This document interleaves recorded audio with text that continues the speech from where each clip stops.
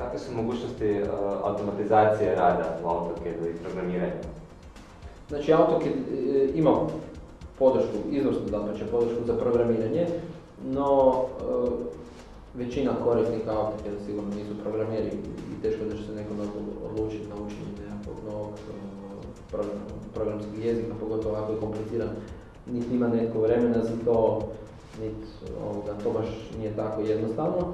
No ono što je Autodesk uveo, to je taj Action Recorder ili Macro Recorder koji značajno olakšava rad. Znači ne baš običnim korisnicima, ne programerima. Dakle, ko u nekakvom Wordu ili Excelu doslovno treba pokrenuti rekord tipku, odraditi nekakav posao, kliknuti stop i dati nekako ime toj naredbi koja se kasnije može koristiti kao bilo kakva normalna naredba. Postoji li možda neki skriptni editor? Postoji jedan zapravo potpuno vizualni skriptni editor, znači koji omogućuje unošenje nekakvih dodatnih dijaloga u kojima će, znači ta makro naredba eventualno davati poruke korisnicima koji se možda prvi put sreću sa tom naredbom. Na kojem jeziku bazira? Nema jezika, zapravo je sve grafičko.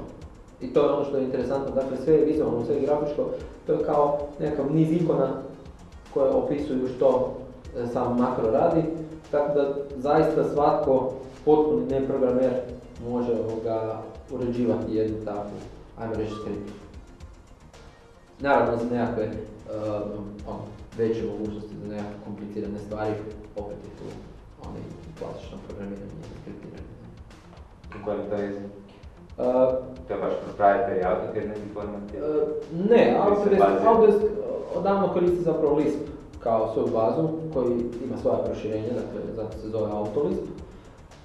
No on je sve manje u upotrebi danas, uglavnom jednostavnije je napisati nekakvu skriptu, ajmo reći, dakle niz naredbi ručno, tu se još uvijek nude nekakve malo veće mogućnosti, ili uzeti Visual Basic i u njemu napisati makro naredbu, što je danas najbliskije svima.